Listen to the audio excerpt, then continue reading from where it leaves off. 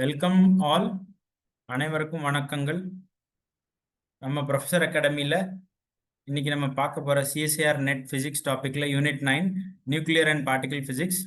இந்த டாபிக் வந்து ரொம்ப ரொம்ப முக்கியம். எக்ஸாம் பாயிண்ட் ஆஃப் வியூவில் நமக்கு நிறைய ஸ்கோர் பண்ணுறதுக்கு நியூக்ளியர் அண்ட் பார்ட்டிகல் ஃபிசிக்ஸ் ரொம்ப ஈஸியும் கூட, அதே மாதிரி ரொம்ப ஹெல்ப்ஃபுல்லாக இருக்கும். நம்மளுடைய ஸ்கோர் அதிகமாக்குறதுக்கு இது ரொம்ப ஹெல்ப்ஃபுல்லாக இருக்கும்.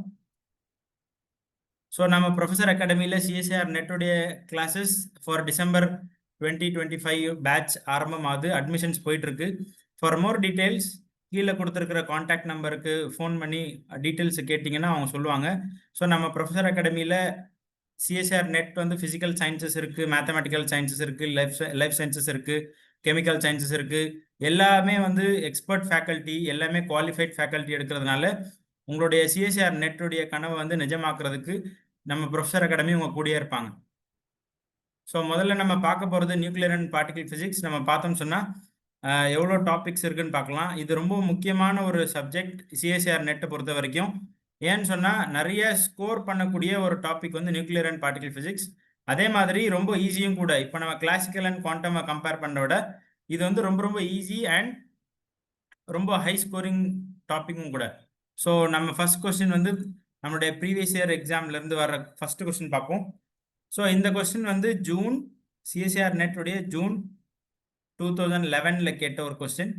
த radius of copper 6429 nucleus is measured to be 4.8 into 10 raised to minus 13 centimeter. So the radius of 12 magnesium 27 nucleus can be estimated. So உங்களுக்கு வந்து என்ன கொடுத்துருக்காங்க, ரேடியஸ் ஆஃப் காப்பர் கொடுத்துருக்காங்க, அது மெஷர் பண்ணி அதோட வேல்யூ கொடுத்துருக்காங்க. ரேடியஸ் ஆஃப் மெக்னீசியம் 1227 அது எப்படி கால்குலேட் பண்ணுறது? ஸோ நமக்கு தெரியும் ரேடியஸோட ஃபார்முலா எப்படி எழுதணும் அப்படின்னா R is equal to R0 A power 1/3. இதுக்கு நமக்கு தெரியும். ஸோ இப்போ நான் என்ன செய்கிறேன், ரேடியஸ் ஆஃப் மெக்னீசியமும் காப்பரையும் நான் வந்து கம்பேர் பண்ணி அதோட ரேஷியோ எடுக்கிறேன். R mg divided by R cu. சரிங்களா? ஸோ இப்போ நான் இதை கம்பேர் பண்ண எனக்கு கிடைக்கிறது என்ன, A mg divided by A cu power 1/3. சரிங்களா? ஸோ இப்போ இதை எப்படி சால்வ் பண்ணுறது அப்படின்னா, ஸோ நமக்கு வந்து ஏவோட வேல்யூ என்ன, ஃபார் mg 27. ஸோ CUல ஏவோட வேல்யூ என்ன, 64. ஸோ ஏ அப்படின்னா நமக்கு கொடுத்துருக்குற இந்த வேல்யூ 27 இருக்கு இல்லையா? ஸோ நம்ம XZA, Zன்னு சொன்னா அட்டாமிக் நம்பர், ஸோ ஏன்னு சொன்னா மாஸ் நம்பர். சரிங்களா? So this power 1/3. ஸோ இது எவ்வளோ அப்படின்னா 3/4. சரியா? ஸோ 3/4. இப்போ நான் R mg is equal to, இதான கொஸ்டின்ல கேட்டிருக்காங்க, ரேடியஸ் ஆஃப் மெக்னீசியம் ஆட்டம் என்னன்னு கேட்டிருக்காங்க. So R mg is equal to 3/4 into R cu. So அங்கே ரேடியஸ் ஆஃப் காப்பர் நியூக்ளியஸ் கொடுத்துருக்காங்களா, இது வரும் நியூக்ளியஸ்க்காக கால்குலேட் பண்ணுற மாதிரி. So into 4.8 into 10 raised to minus 13. So நம்ம இதை கால்குலேட் பண்ணோம்னா நமக்கு வரக்கூடிய ஆன்சர் என்ன, so 3.6 into 10 raised to minus 13 centimetre. சரிங்களா?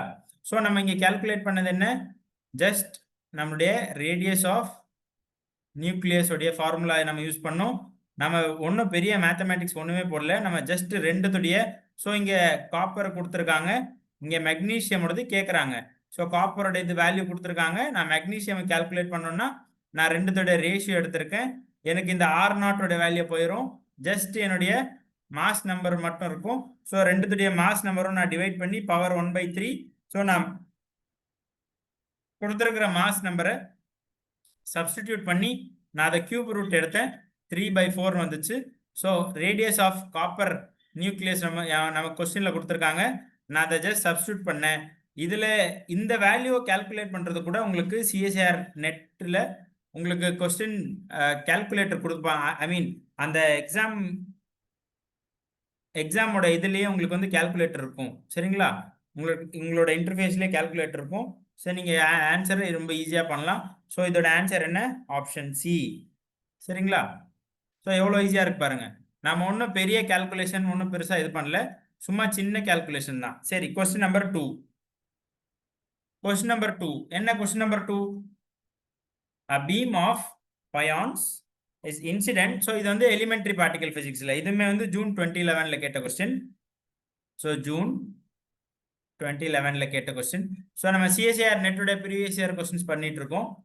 So a beam of pions incident on a proton target giving rise to the process, assuming that the decay proceeds through strong interactions, the total isospin I and its third component I3 for the decay products are. So நமக்கு question என்ன கொடுத்துருக்காங்கன்னா, so ஒரு beam of பயான்ஸ் இருக்கு, அந்த beam of பயான்ஸ் incident ஆன proton target. So இங்கே ஒரு proton target இருக்கு அப்படின்னா, இங்கே ஒரு புரோட்டான் டார்கெட் இருக்கு அப்படின்னா, எனக்கு வந்து பயான்ஸுடைய ஒரு பீம் இங்கே வந்து ஹிட் ஆகுது. ஸோ இது ஹிட் ஆக உடனே எனக்கு வரக்கூடிய ரிசல்டன்ட் என்ன? நியூட்ரானும் பை பிளஸ் அப்புறம் பை பிளஸ், இந்த 3 பார்ட்டிக்கல் எனக்கு என்ன கிடைக்குது? எனக்கு ரிசல்டண்டா கிடைக்குது. இப்போ கொஸ்டின்ல என்ன சொல்லியிருக்காங்க? அஸ்யூமிங் தட் இந்த டிகே ப்ராசஸ், அதாவது இது ரெண்டுமே சேர்ந்து இந்த டிகே ஆகுது இல்லையா, இந்த டிகே ப்ராசஸ் ஸ்ட்ராங் இன்ட்ராக்ஷனா நடக்குது. சரிங்களா? Strong interaction. ஸோ இப்போ நம்ம ஸ்ட்ராங் இன்ட்ராக்ஷன்ல நடக்குது அப்படின்னு எடுத்துட்டோம்னு சொன்னா, total isospin and its third component அப்படின்னா I3 என்ன அப்படின்னு கேட்டிருக்காங்க. இதான் கொஸ்டின். சரிங்களா? ஓகே. ஸோ இப்போ இது எப்படி பண்ணணும் அப்படின்னா, நான் முதல்ல இந்த கொஸ்டினோட இந்த ஈக்குவேஷன் எழுதுறேன். பை பிளஸ், அதாவது இந்த டிகே ப்ராசஸ்னா எழுதுறேன் பை பிளஸ் பிளஸ் பி, எனக்கு என்ன ஆகுது? n plus pi plus plus pi plus. சரிங்களா? இப்போ நான் இதுல என்னுடைய ஐசோஸ்பின் காம்பனன்ட் எழுதுறேன், ஐ காம்பனன்ட் எழுதுறேன். So total isospin. So I அப்படின்னு சொன்னா டோட்டல் ஐசோஸ்பின், டோட்டல் ஐசோஸ்பின். சரிங்களா? ஸோ ஐ அப்படிங்கிறது ஐசோஸ்பின்ல பார்த்தோம்னு சொன்னா பை பிளஸோட வேல்யூ வந்து 1/2. ஸோ அதாவது என்னோட ரிசல்டன்டோட வேல்யூ இது இல்லை, அதாவது என்னுடைய இன்சிடென்ட்ல இல்லை, நான் வேற இதோட ரிசல்டன்டோட வேல்யூ எழுதுறேன். ஸோ ஹாஃப் நியூட்ரான் வந்து n அப்படின்றதுனால ஹாஃப் பிளஸ் பை பிளஸோட வேல்யூ 1 பிளஸ் 1. ஸோ எனக்கு கூட்டினா எவ்வளோ வரும்? 2. 2ல் இன்னும் பாதி கூட்டினு சொன்னா 2 பிளஸ் 1/2 பண்ணன்னு சொன்னா எனக்கு 5/2. சரியா? ஸோ 5/2 வந்துச்சா? ஓகே. ஸோ நான் I3 கால்குலேட் பண்றேன். I3 கால்குலேட் பண்ணா எனக்கு என்னுடைய நியூட்ரானோட வேல்யூ I3ல -1/2 plus 1 plus 1 this is equal to 3/2. சரியா? ஸோ நமக்கு ஐசோஸ்பினோட வேல்யூ எலிமெண்ட்ரி பார்ட்டிகல்ஸ்ல ரொம்ப முக்கியமான இதுக்கெல்லாம் நமக்கு தெரிஞ்சிருக்கணும். புரோட்டானுக்கு ஐசோஸ்பினோட வேல்யூ என்ன, பயான்ஸ். ஸோ நமக்கு வந்து பயான்ஸுக்கெல்லாம் ரொம்ப ஈஸியாக நம்ம சொல்லலாம். என்னன்னா ஆக்சுவலி பை பார்ட்டிகல்ஸ் இருக்கு இல்லையா, ஸோ இதோடைய டோட்டல் ஐசோஸ்பின் 1. டோட்டல் ஐசோஸ்பின் 1 அப்படின்னு சொன்னா பை பிளஸ்க்கு வந்து பிளஸ் 1 இருக்கும், பை மைனஸ்க்கு வந்து -1 இருக்கும். சரிங்களா? ஸோ இந்த மாதிரி நம்ம ஞாபகம் வைக்கிறது வந்து ரொம்ப லேசா இருக்கும். நம்ம என்ன செய்யலாம், அந்த மாதிரி ஒரு டேபுலர் காலம் ஒன்று போட்டு வச்சுக்கோங்க. எலிமெண்ட்ரி பார்ட்டிகல் பிசிக்ஸுக்கு பொறுத்த வரைக்கும் என்னென்ன எலிமெண்ட்ரி பார்ட்டிகல்ஸ் இருக்கோ அதுக்கு வந்து ஒரு டேபுலர் காலம் மாதிரி போட்டு அதோட I வேல்யூ என்ன, I3 வேல்யூ என்ன.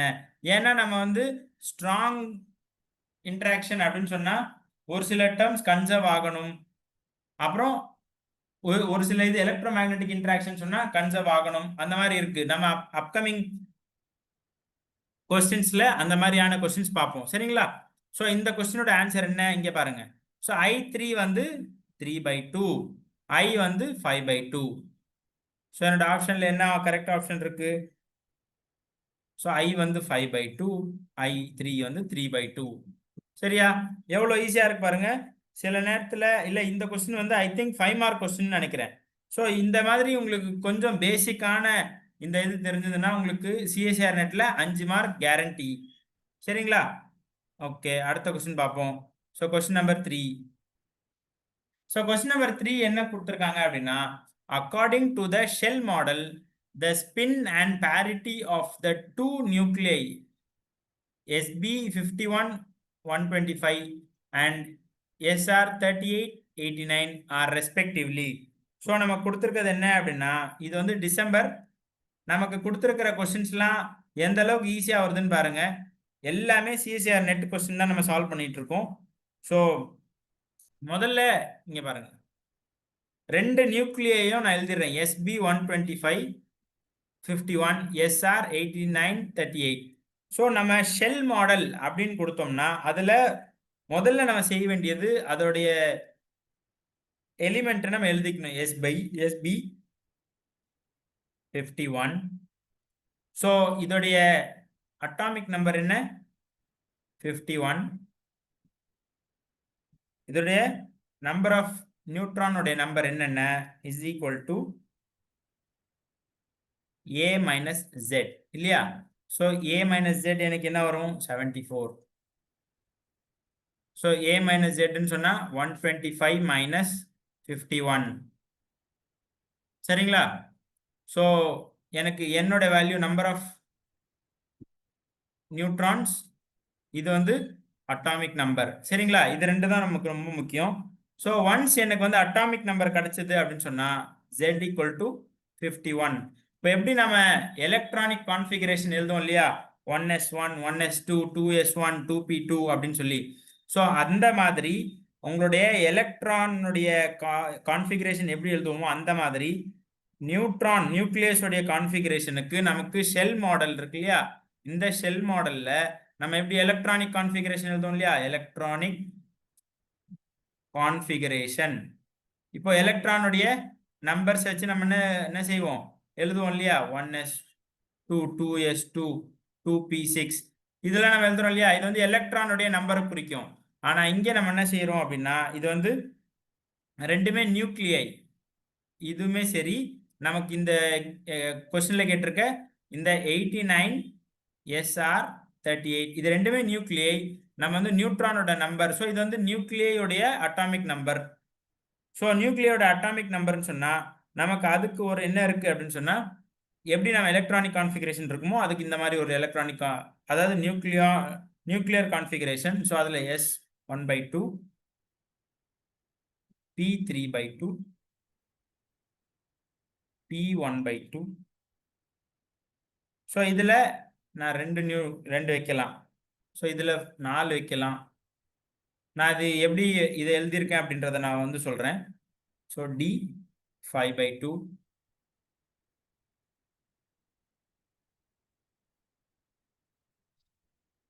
S half மறுபடியும் 2, D 3/2 அடுத்த level. So power 4, F 7/2, P 3/2, F 5/2, P half, G 9/2. அதாவது எனக்கு வந்து 51 அட்டாமிக் நம்பர் 51 இருக்கு அப்படின்னு சொன்னா அந்த அளவுக்கு நான் என்ன செய்யணும்? இதில் அகாமடேட் பண்ணணும். ஸோ அதான் நான் எழுதிட்டு இருக்கேன். So G 7/2. இப்போ நம்ம இங்க எழுதிருக்கோம் பாருங்க, எஸ்ன்னு எழுதிருக்கோமா? ஸோ இது எப்படின்னு சொன்னா நம்ம ஸ்பெக்ட்ரோஸ்கோபிக் நோட்டேஷன் எழுதுவோம் ஞாபகம் இருக்கா? கிட்டத்தட்ட அந்த மாதிரி. ஸோ இது வந்து J 2s+1. ஸோ இங்க வந்து எஸ் வந்து எல்லோட வேல்யூ 0. அதாவது எக்ஸாக்டா நான் எல்எஸ் கப்ளிங்கை பத்தி சொல்லலை. பட் இங்க அதோடைய இது என்னன்னு சொன்னா எல்லோட வேல்யூ 0 அப்படின்னு சொன்னா எனக்கு வந்து S half. ஸோ S halfன்னு சொன்னா எனக்கு இங்க என்ன வரும்? 2 வரும் இல்லைங்களா? ஸோ இங்கே வந்து 2 பவர் பை 2 + 2. ஸோ அதே மாதிரி இங்கே P 3/2 இருக்கா? So 2 power 2 × 3/2 + 1. ஸோ எனக்கு என்னால் எவ்வளோ அக்காமடேட் பண்ண முடியும்? 4. ஸோ இந்த மாதிரி நீங்கள் ஆட் பண்ணி பார்த்தீங்கன்னா 2 + 4 6 + 2 8 + 6 14 + 2 16 20 28 38 58. ஸோ இந்த மாதிரி நம்ம ஆட் பண்ணோம்னு சொன்னால் எனக்கு வந்து எவ்வளோ வரும்? 51 வரணும். சரிங்களா? நீங்கள் ஆட் பண்ணீங்கன்னா இந்த இந்த டேர்ம்ஸ்லாம் இருக்கு இல்லையா? ஆட் பண்ணீங்கன்னா உங்களுக்கு 51 வரும். ஸோ இப்போ நம்ம என்ன செய்யணும் அப்படின்னா, இந்த லாஸ்ட் இருக்கு இல்லையா? நம்ம எப்படி எலக்ட்ரானிக் கான்ஃபிகரேஷனில் வேலன்ஸ்டு ஷெல் பார்ப்போம்ல, அந்த மாதிரி இது நியூக்ளியஸ் உடைய கான்ஃபிகரேஷன். இதில் நான் வேலன்ஸ் இது பார்த்தோம்னு சொன்னால், லாஸ்ட் இது பார்த்தோம் சொன்னால், என்னோட ஜே வேல்யூ என்ன இருக்கு? 7/2. நான் இங்கே சொன்னேன்ல இந்த ஜே அப்படின்னு சொல்லி. ஸோ இங்கே எழுதியிருக்கு பாருங்க, ஜே இஸ் ஈக்குவல் டு 7/2. எல்லோட வேல்யூ என்ன? So SPDFG 0 1 2 3 4. ஸோ ஜி அப்படின்னு சொன்னால் எல் வந்து எவ்வளோ? 4. அப்போ நான் ஸ்பின் பேரிட்டி கொஸ்டின்ல என்ன கேட்டிருக்காங்க? According to shell model the spin பேரிட்டின்னு கேள்வி கேட்டிருக்காங்க ஆஃப் 2 நியூக்ளியை. இந்த நியூக்ளியஸோடக்கும் இந்த நியூக்ளியஸோடக்கும் ஸ்பின் பேரிட்டி எவ்வளோன்னு கேட்டிருக்காங்க. ஸோ ஸ்பின் பேரிட்டி எப்படி எழுதணும்னு சொன்னா, முதல்ல இந்த நியூக்ளியானுடைய கான்ஃபிகரேஷன் எழுதிட்டு நம்ம அதோடைய வேலன்ஸ்டு ஷெல் இருக்கு இல்லையா லாஸ்ட், ஸோ அதோடைய ஜே வேல்யூ எழுதிடணும் 7/2. அப்புறமா எல் வேல்யூ எழுதிட்டோம் 4. ஸோ என்னுடைய ஸ்பின் பேரிட்டி எப்படி வரும் அப்படின்னா, ஜேயோட வேல்யூ இருக்கு இல்லையா 7/2 பிளஸ். ஸோ ஏன் பிளஸ்ன்னு சொன்னா, என்னுடைய எல் வந்து ஈவன் நம்பரா இருக்கு அப்படின்னு சொன்னா அது வந்து பிளஸ். ஸோ நான் கொடுத்துருக்கிற ஆப்ஷன்ல நம்ம வந்து இந்த 2 காலி. ஸோ இன்னும் 2 ஆப்ஷன் தான் இருக்கு. ஸோ அந்த 2 ஆப்ஷனை அந்த 2 ஆப்ஷன்ல எது வரும் அப்படின்னா நம்ம இதை கால்குலேட் பண்ணலாமா? ஸோ எஸ்ஆர் நம்ம அடுத்த எலிமெண்ட் கால்குலேட் பண்ண போறோம் 89 38. ஸோ இதோட இசட்டோட வேல்யூ 38. ஓகே, அதே மாதிரி என்னோட வேல்யூ 51. சரிங்களா? ஓகே,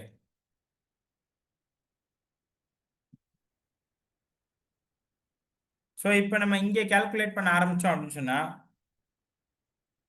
அதே மாதிரி எனக்கு நான் எழுத ஆரம்பிச்சேன் அப்படின்னா எனக்கு இங்கேயும் எப்படி முடியும்னா J is equal to 7/2 L is equal to 4ல முடியும்.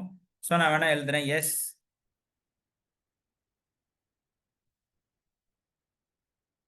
ஆக்சுவலி இந்த இது இருக்கு இல்லையா, நம்ம வந்து இங்க n இஸ் ஈக்குவல் டு 51க்கு எழுதுறோம், இங்கே வந்து z ஈக்குவல் டு 51ன்னு எழுதுறோம். ஸோ என்னுடைய 2 நியூக்ளியோடைய ஜெட்டோட வேல்யூவும் என்னோட வேல்யூவும் சேமா இருக்கு. சரிங்களா? ஸோ இந்த மாதிரி இருக்கிறதுக்கு பேரு மிரர் நியூக்ளியை. சரிங்களா? ஸோ நான் என்ன செய்யணும் அப்படின்னா, எனக்கு வந்து மறுபடியும் நான் n இஸ் ஈக்குவல் டு 51க்கு நான் எழுதுறேன் அப்படின்னா என்னோட இந்த வேல்யூ சேமா தானே இருக்கும், இந்த வேல்யூ சேமா இருக்கும். ஸோ இந்த வேல்யூ சேமா இருந்துச்சு அப்படின்னா என்னோட ஸ்பின் பேரிட்டி வேல்யூ என்ன இருக்கும்? ஸ்பின் அண்ட் பேரிட்டியோட வேல்யூ 7/2 பிளஸ். சரிங்களா? 7/2 பிளஸ். புரிஞ்சுதா? ஓகே, ஸோ இப்போ அடுத்த கொஸ்டின் பார்ப்போம். ஸோ இது வந்து question number 4. The difference in the Coulomb energy between the mirror nuclei is 6 mega electron volt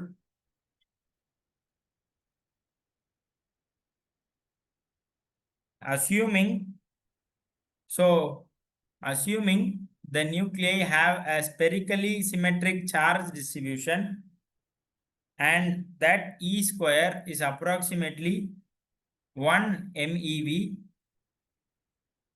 femtometer. The radius of 49 magnesium manganese 25 nucleus. So இங்க question என்னன்னு சொன்னா difference between Coulomb energy between the mirror nuclei. So mirror nuclei கொடுத்திருக்காங்க. So mirror nuclei உடைய Coulomb energy difference வந்து 6 mega electron volt, assuming that the nuclei have a spherically symmetric charge distribution. Spherically symmetric அப்படின்னு சொல்லியிருக்காங்க. And E square is approximately 1 mega electron volt femtometer. The radius of, so radius ஓட formula என்ன அப்படின்னா, okay, so முன்னாடி கொஸ்டினுக்கு answer வந்து D. So radius ஓட formula என்ன அப்படின்னா R equal to 3E square divided by 5 delta W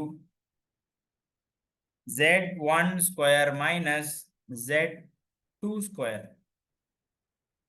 So இதான் வந்து என்ன ஃபார்முலா அப்படின்னு சொன்னா ரேடியஸ் ஆஃப், அதாவது ரேடியஸ் கால்குலேட் பண்ற ஒரு ஃபார்முலா கூலும் எனர்ஜியில நம்ம இது பண்றப்ப, சரிங்களா? ஸோ இப்போ நான் வந்து என்ன செய்யறேன், ரெண்டு எலிமெண்ட் நான் எழுதுறேன். ஸோ 49 CR 24 மிரர் நியூக்ளியன்றதுனால, ஸோ மேங்கனீஸ் 49 25. ஸோ இதோடைய Z1 ஓட வேல்யூ என்ன அப்படின்னா 25. Z2 ஓட வேல்யூ என்ன, டெல்டா W. இங்க பாருங்க கொஸ்டின்ல என்ன கொடுத்துருக்காங்க, டிஃபரன்ஸ் இன் த கூலும் எனர்ஜி. அதானே என்னுடைய டெல்டா W, டிஃபரன்ஸ் இன் எனர்ஜி தானே. ஸோ டிஃபரன்ஸ் இன் எனர்ஜி எவ்வளோ 6. ஓகே, அதே மாதிரி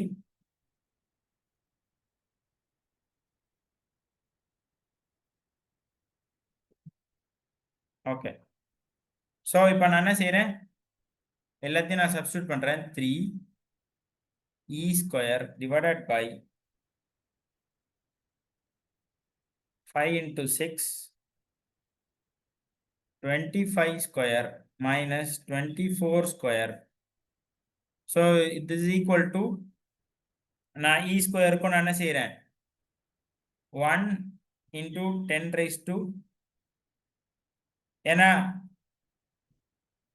femtometer இல்லையா 15. ஸோ என்னுடைய ஓவரால் ஆன்சர் என்ன வரும், இதை நான் சப்ஸ்டியூட் பண்ணேன்னா 4.9 into 10 raised to minus 15 மீட்டர்னு வரும். சரிங்களா? So 4.9 into 10 raised to minus 15 வரும். ஸோ இது என்னோட ஆப்ஷன்ஸ்ல பார்த்தோம்னு சொன்னா, ஸோ நீங்க பார்க்கலாம், நம்ம வந்து இதுல பெரிய கால்குலேஷன் ஒன்றும் இல்லை. நம்ம என்ன செய்யணும், கூலும் எனர்ஜின்னு சொன்னா அதோடைய relation with the atomic number, mirror நியூக்ளியை பொறுத்த வரைக்கும் என்ன, இந்த டெல்டா டபிள்யூனா என்ன, இதெல்லாம் நம்ம ஞாபகம் வச்சுட்டோம்னு சொன்னா நமக்கு வந்து கால்குலேஷனுடைய ஈஸினஸ் பண்றதுக்காக கொஸ்டின்லயே கூட இந்த மாதிரி ஒரு சில கான்ஸ்டன்ஸோட வேல்யூ கொடுத்துருவாங்க. சரிங்களா? ஓகே, இப்போ அடுத்த கொஸ்டின் பார்ப்போம். ஸோ இது வந்து question number 4.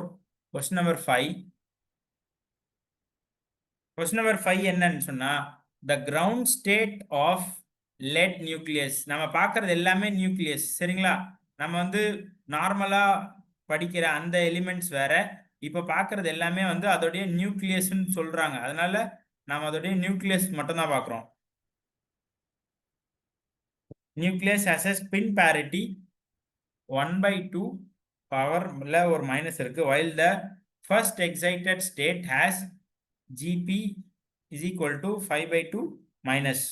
The electromagnetic radiation emitted when the nucleus transitions from the excited state to the ground state. So question என்னன்னு சொன்னா, என்கிட்ட ரெண்டு லெவல் இருக்கு, சரியா? ஸோ இது வந்து கிரவுண்ட் ஸ்டேட், இது வந்து ஃபர்ஸ்ட் எக்ஸைட்டட் ஸ்டேட். இது வந்து ஃபர்ஸ்ட் எக்ஸைட்டட் ஸ்டேட். ஸோ இப்போ கொஸ்டின் என்ன சொல்லியிருக்காங்க, கிரவுண்ட் ஸ்டேட் ஆஃப், இதோடைய ஸ்பின் parity என்ன கிரவுண்ட் ஸ்டேட்டோட, so Jp is equal to 1/2, while the first excited state has Jp is equal to,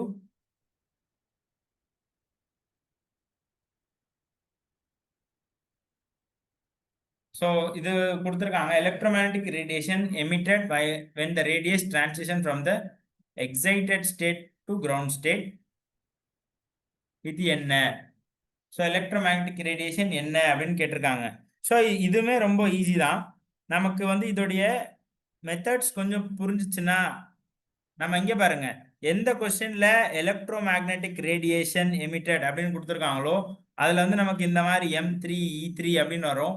so அது என்ன அப்படின்றத நான் சொல்லிடுறேன் எப்படி கால்குலேட் பண்ணணும்னு சொல்லி. ஸோ இங்க முதல்ல என்ன பண்ணணும் அப்படின்னு சொன்னா,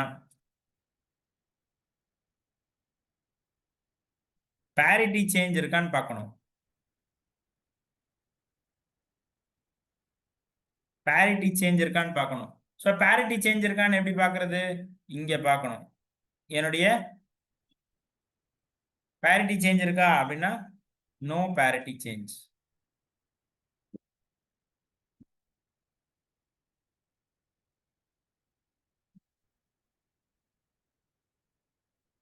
சரிங்களா, ஸோ parity சேஞ்ச் இல்ல.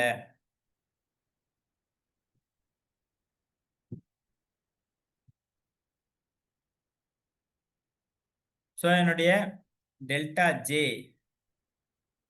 Is equal to, parity change இல்ல, 2,3. டெல்டா ஜே அப்போ என்ன வரும், 2,3ன்னு வரும்.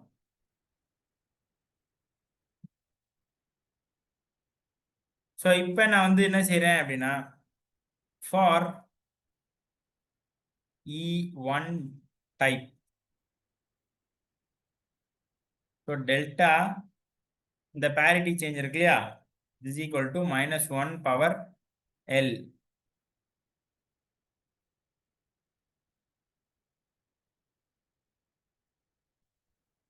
So for no parity change, so parity change இல்லை அப்படின்னு சொன்னா L equal to 2. அதுக்கு அப்புறமா அதே வந்து for M, so ML actually, sorry, EL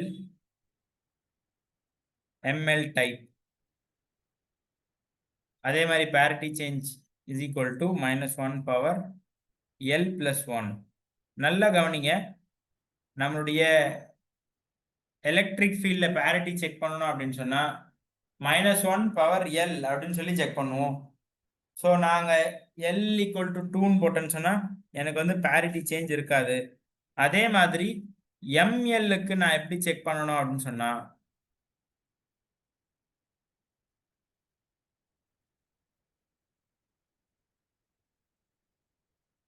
-1 power L plus 1. So இங்கே parity change for no parity change, L equal to 3. சரிங்களா, so என்னுடைய delta J is equal to 2, first condition. So delta J equal to 2 அப்படின்னு சொன்னா no parity change. So no parity change அப்படின்னு சொன்னா E2. So E வந்து electromagnetic ரேடியேஷன்ல என்னோட electric பார்ட்டை குறிக்குது. இந்த 2ங்கிறது இந்த delta J is equal to 2 அந்த 2வை குறிக்குது. அதே மாதிரி delta J is equal to 3 அப்படிங்கிறது நோ parity சேஞ்ச்.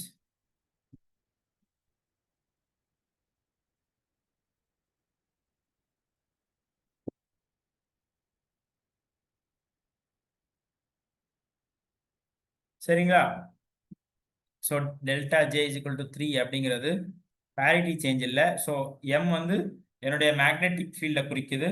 ஸோ 3ங்கிறது என்னுடைய டெல்டா ஜேல இருந்து வரக்கூடிய அந்த வேல்யூவை குறிக்குது. சரியா, ஸோ நான் இங்கே ஆக்சுவலி இங்கே பாருங்க, நான் 3 அப்படின்னு போட்டேன்னா எனக்கு ஸ்டில் பேரிட்டி சேஞ்ச் இல்லை. ஸோ பேரிட்டி சேஞ்ச் இல்லைன்னா எனக்கு இங்க என்ன கரெக்டா புரிஞ்சுச்சா? அதாவது பேரிட்டி சேஞ்ச் வந்து நெகட்டிவ்ல இருந்து அந்த ஸ்டேட் நெகட்டிவாவே தொடருது. சரியா? ஸோ அப்போ என்னுடைய டெல்டா ஜே உடைய பாசிபிள் சொல்யூஷன் என்னன்னா 2 3 தான். ஏன் அப்படின்னா என்னுடைய மேக்னட்டிசம்ல என்னுடைய மேக்னெட்டிக் ரேடியேஷன்ல என்னுடைய பேரிட்டி எப்படி கால்குலேட் பண்றாங்க அப்படின்னா -1 பவர் எல் பிளஸ் 1. நான் இங்க 2 போட்டேன்னா எனக்கு பேரிட்டி சேஞ்ச் ஆயிரும். சரிங்களா? டெல்டா ஜே 2 இல்லை நான் டெல்டா ஜே வந்து எந்த ஈவன் நம்பர் போட்டாலும் எனக்கு வந்து இங்க பேரிட்டி சேஞ்ச் ஆயிரும். ஆனா எனக்கு பேரிட்டி சேஞ்ச் ஆகல. கொஸ்டின்ல கொடுத்துருக்கிற என்னுடைய ஜேபில இருந்து கிரவுண்ட் ஸ்டேட்ல இருந்து எக்ஸைட்டட் ஸ்டேட். ஸோ எக்ஸைட்டட் ஸ்டேட்ல இருந்து கிரவுண்ட் ஸ்டேட் வர்றப்ப பேரிட்டி சேஞ்ச் ஆகலை அப்படின்னு சொன்னா நான் யூஸ் பண்ணக்கூடிய இந்த எல்லோட வேல்யூ ரொம்ப கேர்ஃபுல்லா இருக்கணும். ஸோ தட் என்னுடைய டெல்டா ஜே வந்து 2,3. ஆனா என்னுடைய பேரிட்டி என்ன இல்லைங்க சேஞ்ச் ஆகல. ஸோ அப்ப ஆன்சர் என்ன அப்படின்னா 4 ஆப்ஷன்ல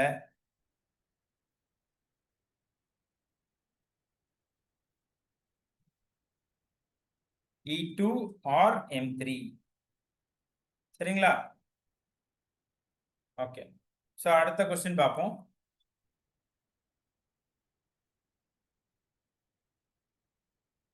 Identify the dominant reactions underlying the following process.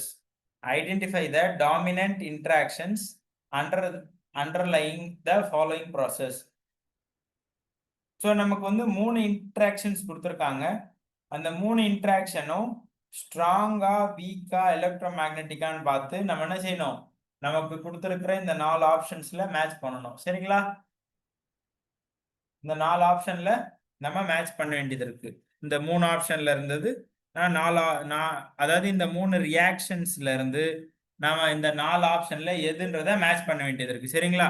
So முதல்ல என்ன செய்வோம் அப்படின்னா ஃபர்ஸ்ட் ஆப்ஷன் எடுப்போம் ஏ. ஸோ ஏ வந்து kappa plus proton gives sigma plus pi plus. சரியா? ஸோ இதோடைய I3 கால்குலேட் பண்ணலாம். I3 கால்குலேட் பண்றப்ப ஸோ இது -12 இது +12 இது வந்து -1.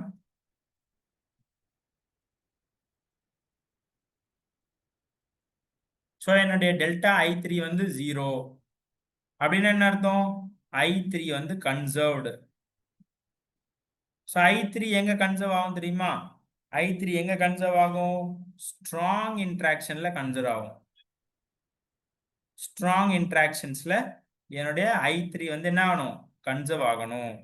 என்னுடைய ஐசோஸ்பினுடைய தேர்ட் காம்பனன்ட் ஸ்ட்ராங் இன்ட்ராக்ஷன்ல என்ன ஆகணும்? கண்டிப்பா கன்சர்வ் ஆகணும். ஸோ கன்சர்வ் ஆயிருச்சு. ஸோ ஆப்ஷன் ஏ வந்து ஸ்ட்ராங். ஸோ அதுலயே நமக்கு என்ன ஆயிடுச்சு? இந்த 2 ஆப்ஷனும் இல்லைன்னு தெரிஞ்சிச்சு. ஸோ பியா ஏவா?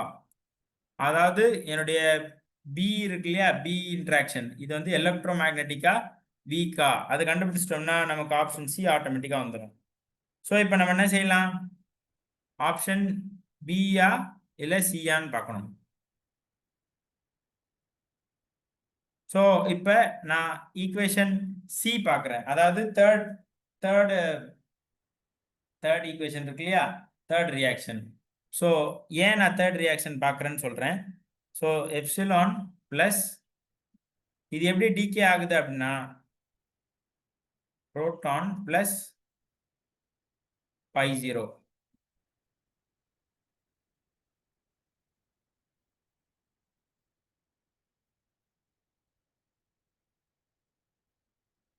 Proton plus π0.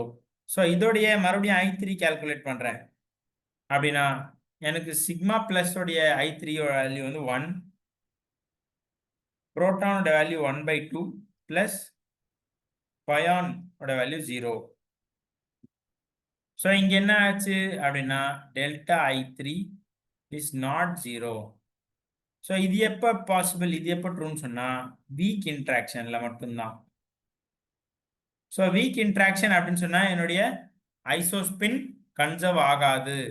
நல்ல ஞாபகம் வச்சுக்கோங்க. என்னுடைய ஐசோஸ்பினுடைய தேர்ட் காம்பனன்ட் கன்சர்வ் ஆயிடுச்சுன்னு சொன்னா அதான் என்னுடைய ஸ்ட்ராங் இன்ட்ராக்ஷன். என்னுடைய ஐசோஸ்பின் கன்சர்வ் ஆகல அப்படின்னு சொன்னா என்னுடைய I3 காம்பனன்ட் ஐசோஸ்பினுடைய தேர்ட் காம்பனன்ட் கன்சர்வ் ஆகல அப்படின்னு சொன்னா அந்த ரியாக்ஷன் என்ன ரியாக்ஷன்னா வீக் இன்ட்ராக்ஷன். சரிங்களா? ஸோ ஆப்ஷன் சி வந்து வீக்குன்னு தெரிஞ்சிருச்சு. ஆப்ஷன் ஏ ஸ்ட்ராங்னு தெரிஞ்சிருச்சு. ஸோ நம்ம தேர்ட் ஈக்குவேஷனை கால்குலேட் பண்ணுவோம். ஸோ பி என்ன அப்படின்னா மியூ மைனஸ் பிளஸ்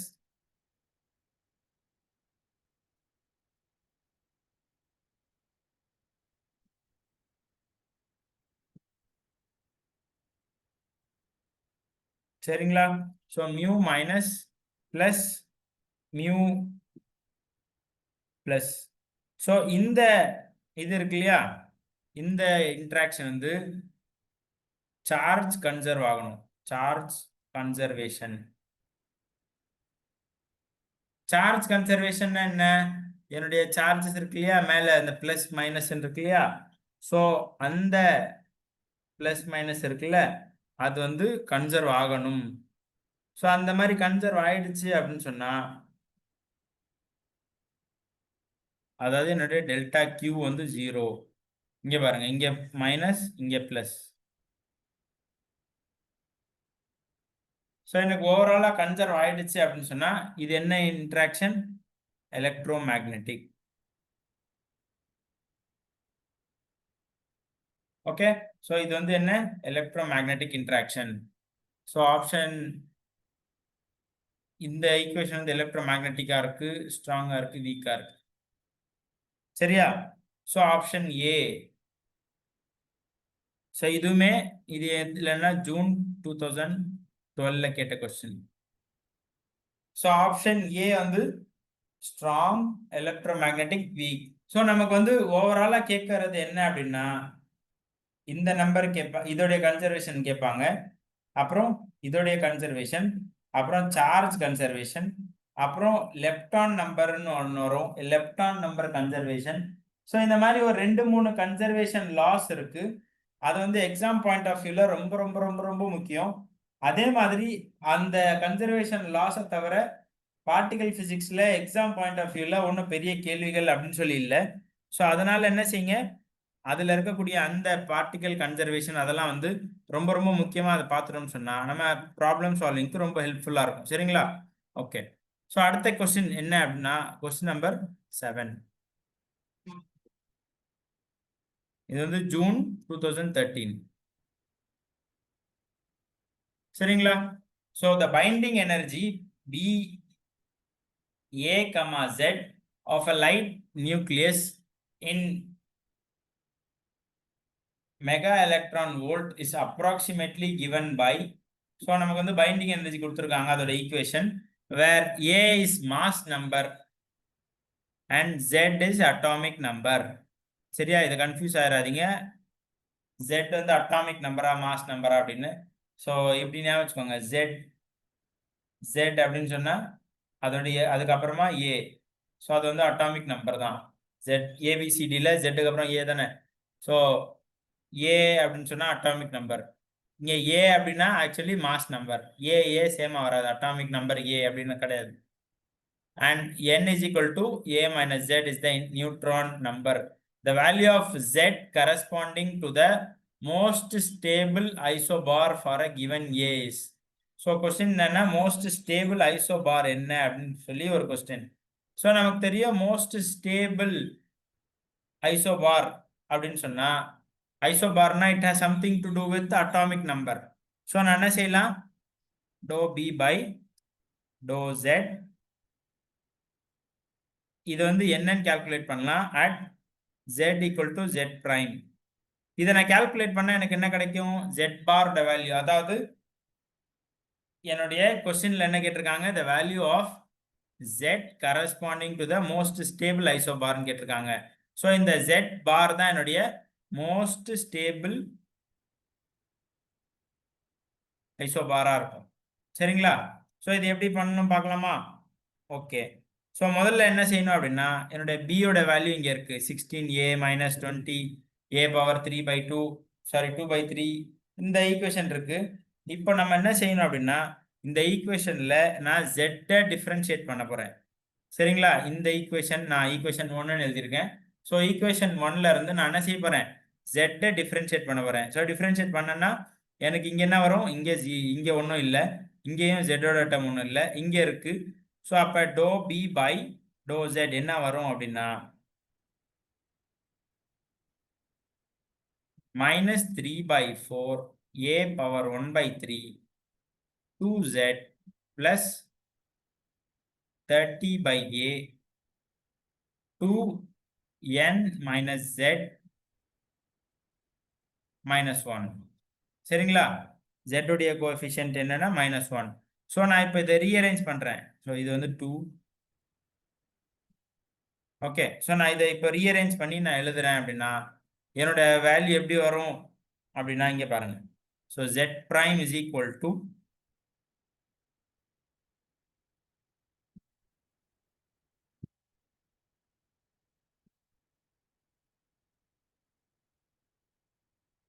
சரியா a/2 into 1 minus a power 2/3 divided by 160 power -1. So இதான் வந்து நம்மளுடைய z பார். ஸோ நம்ம இதெல்லாம் நம்ம சிம்பிளிஃபை பண்ணிட்டோம்னா நமக்கு வந்து அந்த ஆன்சர் வரும், அந்த ஆப்ஷன் வரும். ஸோ அது எந்த இதில் இருக்குன்னா ஆப்ஷன் ஏ. சரிங்களா? ஸோ நமக்கு கிடைச்சிருக்க இதை வச்சு நம்ம என்ன செய்யலாம்? சிம்பிளிஃபை பண்ணி n-க்கு பதிலாக a மைனஸ் z அதெல்லாம் நம்ம சப்ஸ்டியூட் பண்ணி நம்ம z-க்கு பதிலாக இதை ரீஅரேஞ்ச் பண்ணி எல்லாமே எழுதணும்னா நமக்கு ரொம்ப கம்ஃபர்டபுளாக என்ன கிடைக்கும்? இந்த ஆப்ஷன் கிடைக்கும். ஸோ இது ஆக்சுவலி என்ன செய்யணும்னா first derivative this is equal to 0 அப்படின்னு போடணும். ஃபர்ஸ்ட் டெரிவேட்டிவ் நான் 0ன்னு போட்டுட்டு அப்புறமா நான் இந்த z இருக்கு இல்லையா, should right what is for z equal to, அதுதான் நம்முடைய z பிரைம். சரியா? அதான் நம்முடைய z பிரைம். சரியா? புரிஞ்சுதா? ஓகே, அடுத்த கொஸ்டின் பார்ப்போம். ஸோ இது வந்து கொஸ்டின் நம்பர் 7. கொஸ்டின் நம்பர் 8 பார்ப்போமா? So question number 8. Muons are produced through the annihilation of a particle A and its antiparticle, namely the process. So அவங்க என்ன சொல்றாங்க? muons இருக்கு இல்லையா, muons mu plus plus mu minus mu plus plus mu minus இருக்கா, muons are produced through the annihilation of a particle A and its antiparticle. So annihilation என்ன? ரெண்டுமே வந்து வெடிக்கிற மாதிரி. சரிங்களா? ஸோ ரெண்டு ஏ பார், அதாவது ஏன்னு ஒரு பார்ட்டிக்கலும் ஏ பார் அப்படிங்கிற அந்த ஏவோட ஆன்டி பார்ட்டிக்கல், அது ரெண்டுமே அனஹிலேட் ஆகுது. ஸோ அந்த நேரத்தில் எனக்கு என்ன கிடைக்குது அப்படின்னு சொன்னா மியான்ஸ் கிடைக்குது. அவங்க என்ன சொல்றாங்க? Muon has a rest mass of 105 MeV divided by c² and a proper lifetime. அது இருக்கு. அதே மாதிரி if the center of mass energy of the collision is 2.1 giga electron volt in the laboratory frame, which coincides with the center of mass frame, then the fraction of muons that decay before they reach a detector placed 6 km away from the interaction point. So நமக்கு இந்த கொஸ்டின்லாம் பார்க்குறப்ப ரொம்ப கஷ்டமான ஏதோ question மாதிரி தெரியும். ஏன்னா நம்ம வந்து இந்த மாதிரி ப்ராக்டிஸ் பண்ணாதனால நமக்கு அது மாதிரி தெரியும். ஆனால் டோன்ட் வரி, நம்மளுடைய ப்ரொஃபஸர் அகாடமியில் எல்லா டாப்பிக்குமே வந்து எக்ஸ்பர்ட்ஸ் எடுக்கிறாங்க. ஸோ உங்களுக்கு வந்து எப்படி சால்வ் பண்ணுன்றது ரொம்ப ஈஸியாக ஷார்ட்கட்டோட சொல்லி தருவாங்க. சரிங்களா? ஓகே, ஸோ முதல்ல வந்து டிகேன்னு சொல்லியிருக்காங்க, ப்ராப்பர் லைஃப் டைம், அப்புறமா சென்டர் ஆஃப் மாஸ், அப்புறம் லெபார்டரி ஃப்ரேம். ஸோ ரெஸ்ட் மாஸ்லேருந்து அது டிகே ஆகுது அப்படின்னு சொன்னால் நம்ம கிட்ட நம்பர் ஆஃப் பார்ட்டிகல் எப்படி எழுதியிருக்கோம்? n is equal to n0 e power minus lambda t. Okay, so இப்போ கொஸ்டின் கேட்டிருக்காங்க அப்படின்னா fraction of muons. So fraction of muon அப்படின்னா n by n0 தான் நான் கால்குலேட் பண்ணணும். Fraction of muons is equal to e power minus lambda t.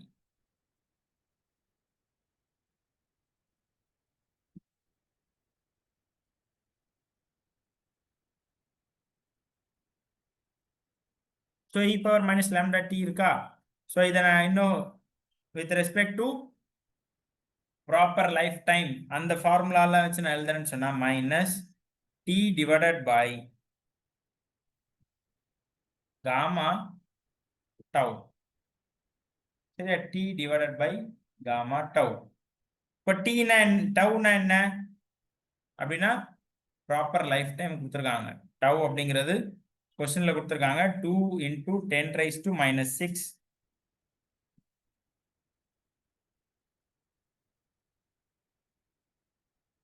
கொஸ்டின்ல கொடுத்துருக்காங்க டீயோட value 2 raised to minus 6 10 raised to minus 6 seconds. அதே மாதிரி காமாவோட வேல்யூ என்ன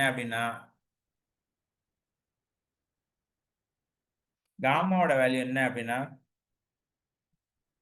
என்னுடைய centre of mass of the collision இருக்கு இல்லையா 2.1 divided by rest mass of a muon 105 into 10 raised to, so இது வந்து எவ்வளவு வரும் 20 வரும். அதே மாதிரி டீயோட வேல்யூ என்ன அப்படின்னா 6 into 10 raised to, கொஸ்டின்ல என்ன கொடுத்துருக்காங்க 10 raised to 3 divided by 3 into 10 raised to 8. So this is equal to 2 into 10 raised to minus 5 seconds. நமக்கு கொஸ்டின்ல கேட்டது என்ன ஃபிராக்ஷன் என்னன்னு கேட்டிருக்காங்க. ஸோ முதல்ல நம்ம என்ன கண்டுபிடிச்சிருக்கோம் டைம் பீரியட் கால்குலேட் பண்ணியிருக்கோம். சரிங்களா? டைம் பீரியட் கால்குலேட் பண்ணியிருக்கோம். ஸோ அப்போ T divided by gamma tau is equal to T divided by gamma tau is equal to, so T யோட வேல்யூ என்ன 2 into 10 raised to minus 5 divided by gamma ஓட value 20 into tau ஓட value என்ன 2 into 10 raised to minus 6. சரிங்களா? So இது என்ன ஆகும்? So 10 raised to minus 5 இங்கே 10 raised to minus 5 1 இருக்கும் 10 raised to minus 1 இருக்கும். ஸோ அந்த மைனஸ் 1 இது என்ன செஞ்சிடும் 1/2 ஆக்கிறோம். சரிங்களா? ஸோ 1/2 ஆயிடுச்சு. நம்ம வந்து இங்கே ஃப்ராக்ஷன் தான் கால்குலேட் பண்ண போகிறோம். So n/n0 is equal to e power minus t by அந்த இது எழுதியிருக்கோம் இல்லையா gamma tau this is equal to e power minus half. So e power minus ஹாஃபா. ஸோ இப்போ நான் என்ன செய்யலாம் அப்படின்னா இந்த டேர்ம் வந்து approximately 1 minus e power minus 1. Okay. So e power half அப்படின்னு சொன்னா இது எப்படி எழுதுவீங்க 1 minus e half ன்னு எழுதுவோமா? இல்லைன்னா நம்ம என்ன செய்யலாம் இதை பைனாமியல் எக்ஸ்பென்ஷன்ல நம்ம போட்டோம்னு சொன்னா எனக்கு இது வந்துடும் ஈஸியா வந்துடும். ஸோ இப்போ இருக்கக்கூடிய ஆப்ஷன்ஸ்ல 4 ஆப்ஷன்ல நமக்கு ஆப்ஷன் சி கரெக்டான ஆன்சர். சரிங்களா? ஓகே. ஸோ இன்னும் ஒரே ஒரு question number 9. According to the shell model, மறுபடியும் ஷெல் மாடல் பாருங்க. The total angular momentum in units of h cross and the parity of the ground state of Li37 nucleus. சரியா? So இப்போ நான் என்ன செய்யறேன் Z என்ன இங்க 3, என்னோட வேல்யூ என்ன 4. ஸோ ஃபார் odd Z அப்படின்னு சொன்னா நான் இந்த வேல்யூ எடுப்பேன். சரிங்களா? odd Z னா Z equal to 3. இங்க நம்ம ஃபர்ஸ்ட் ஒரு ப்ராப்ளம் போட்டோம் ஞாபகம் இருக்கா? ஸோ இங்க வந்து நம்ம என்ன செஞ்சிருக்கோம் ஒரு இதுல நம்ம வந்து so Z equal to 51 எடுத்தோமா? Z equal to 51 எடுத்தோம். இன்னொரு இதுல மறுபடியும் Z equal to 51 எடுத்தோம். இதுல என்ன அப்படின்னு சொன்னா இது மிரர் நியூக்ளியைக்காக இல்ல. இது ஏன் அப்படின்னு சொன்னா என்கிட்ட Z ஓட வேல்யூ இருக்கு, என்னோட வேல்யூ இருக்கு. ரெண்டு வேல்யூல find out which one is odd. So அந்த ஆட் நம்பர்ல இருக்கக்கூடிய ஜெட்டோ இல்ல என்னோ அது எது இருக்கோ அதை எடுக்கணும். ஸோ நமக்கு இங்க இந்த எலிமெண்ட்டுக்கு 51 வந்து ஆட் நம்பரா இருக்கு, அதனால நம்ம இதை எடுத்திருக்கோம். இங்க Z வந்து 51 வந்து இந்த எலிமெண்ட்டுக்கு இப்படி இருக்கு, அதனால இதை எடுத்திருக்கோம். சரிங்களா? ஸோ அது ஒரு சின்ன கிளாரிஃபிகேஷன். இப்போ நம்ம என்ன பார்த்துட்டு இருக்கோம் அப்படின்னா, அதே ஷெல் மாடல்ல என்கிட்ட atomic number Z equal to 3 இருக்கு, என்னுடைய நியூட்ரானுடைய நம்பர் N ஈக்குவல் டு 4 இருக்கு. ஸோ நான் இப்போ இதை கால்குலேட் பண்றப்ப என்னுடைய Z ஈக்குவல் டு 3 அப்படின்னு வந்துச்சுன்னு சொன்னா, நான் இதை எப்படி எழுதுவேன்? S 1/2. இதுல எவ்வளோ அக்காமடேட் பண்ணலாம்? 2. அப்புறம் P 3/2ல எனக்கு மிச்சம் இருக்கிறது 1 தான். சரிங்களா? ஸோ இப்போ நான் லாஸ்டா இருக்கிற இந்த இதை எடுத்தேன்னு சொன்னா, என்னோட ஜேயோட வேல்யூ என்ன? 3/2. என்னோட எல்லோட வேல்யூ என்ன? SP01. ஸோ என்னோட பேரிட்டி என்ன வரும்? -1 பவர் L அப்படின்னு சொன்னா எனக்கு -1 -1. ஸோ பேரிட்டியை வச்சு நான் சொன்னோன்னு சொன்னா -1. அதே மாதிரி என்னுடைய ஜேயோட வேல்யூ வந்து 3/2 மைனஸ். ஸோ இங்கே பாருங்க. ஸோ இதுல இருந்து என்ன தெரியுது? ஷெல் மாடலோட கொஸ்டின் ரொம்ப ரொம்ப ஈஸியா என்னால் சால்வ் பண்ண முடியும். அண்ட் ரொம்ப ரொம்ப பேசிக்கான இந்த கான்ஃபிகரேஷன் நான் சொன்னேன் இல்லையா, அதை நம்ம கத்துக்கிட்டோம்னு சொன்னா நம்மளால என்ன செய்ய முடியும்? ரொம்ப ஈஸியா நம்மளால இந்த இந்த மாதிரி கொஸ்டினை சால்வ் பண்ண முடியும். சரிங்களா? ஸோ இந்த கிளாஸஸ்லாம் வந்து சிஎஸ்ஆர் நெட் டிசம்பருடைய பேட்சோடைய அட்மிஷன் ஸ்டார்ட் ஆயிடுச்சு. நம்முடைய ப்ரொஃபஸர் அகாடமியில் ஃபிசிக்கல் சயின்ஸஸோட கிளாஸஸ் போயிட்டு இருக்கு, mathematical sciences, life sciences, chemical sciences. உங்களுக்கு எடுக்கக்கூடிய ஃபேக்கல்ட்டி எல்லாருமே வந்து குவாலிஃபைடான ரொம்ப எக்ஸ்பீரியன்ஸ்டான ஸ்டாஃப் எடுப்பாங்க. So you are in good hands. நீங்கள் கவலையே பட வேண்டாம். உங்களுடைய டிசம்பர் 2025 சிஎஸ்ஆர் நெட் வந்து இனிமே ட்ரீம் இல்லை, இது வந்து ரியாலிட்டி ஆக போகுது. ஸோ ஃபார் மோர் டீட்டெயில்ஸ் நீங்கள் என்ன செய்யலாம்னு சொன்னால், கான்டாக்ட் இந்த ஸ்க்ரீனில் தெரியுற நம்பரை கான்டாக்ட் பண்ணுங்கள். Thank you, bye bye, happy learning.